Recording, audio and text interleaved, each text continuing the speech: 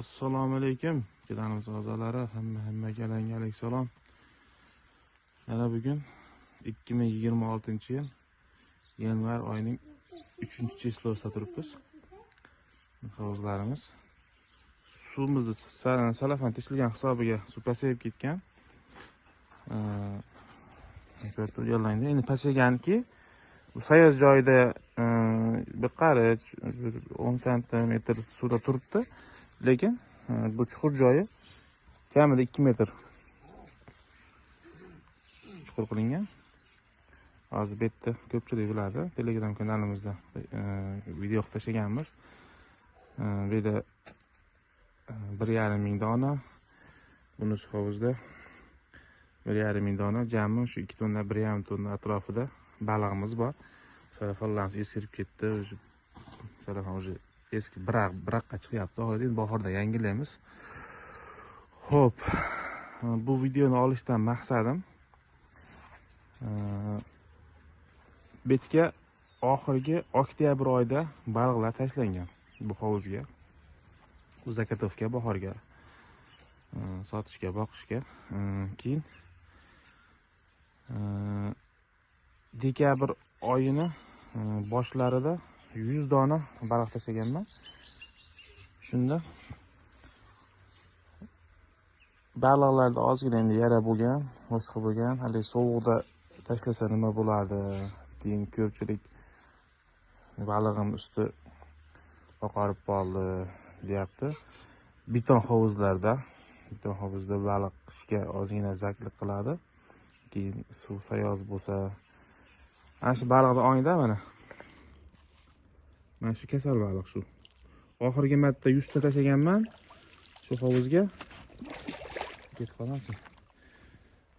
100 ta tashlaganman, shundan shu 5 ta 6 tasi baliq shunaqa shabollab qolgan. Shuni hisobiga kasal bo'lib chiqyapti. Bu baliqlar ilon baliq, endi men ilon baliq haqida gapirib o'taman. O'lib suvda tagida qolib ketmaydi darodanga. Kasal bo'ladigan bo'lsa, usti qoqiradigan bo'lsa, birinchi ham sayoz joyga chiqib oladi. Sayoz joyga chiqib oladi baliq. Nimaga charchaydi?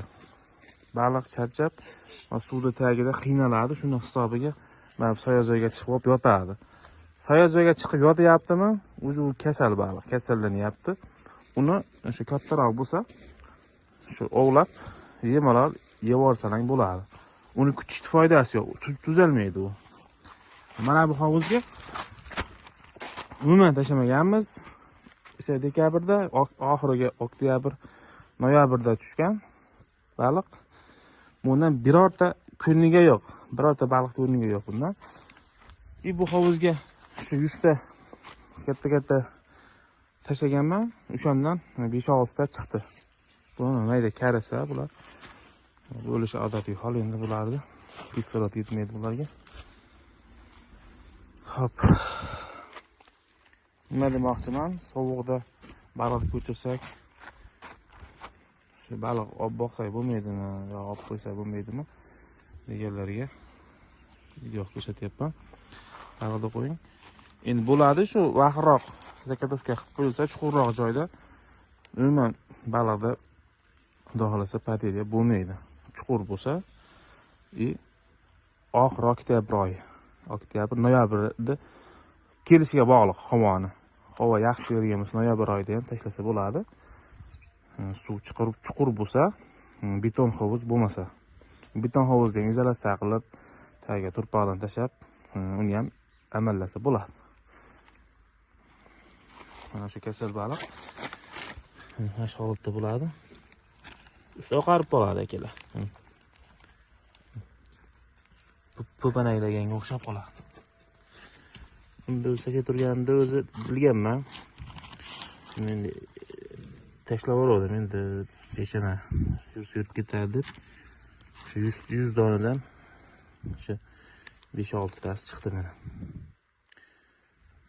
Shunaqa shilimshiq bo'lib qoladi. Buni kutishni keragi yo'q.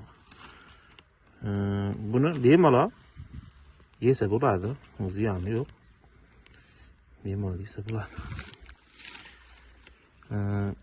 kommentariyaga tushsalaring tepada shu ilon baliq Ilis Biyagomiz degan Telegram kanalimiz bor. O'sha kanalga qo'shilib olsalaring, xudo xolasa baliqlar haqida ma'lumot berib turamiz. E'tiborlaringiz uchun rahmat. Xudo xolasa ob-havomiz yaxshi bo'lib tursa, fevral oyini oxiri yo bo'lmasa martdan xudo xolasa boshlaymiz akalar sotuvni. Joylarni tayyorlab tursalaring bo'ladi. Qanaqa joy tayyorlaymiz deganlarga shu Telegram kanalga o'tasizlar. Shu Telegram kanalda joy tayyorlaganlarni yumaloq video qilib tashlaganman, rasmlari bor. Ko'rib bemalol foydalansalaring bo'ladi.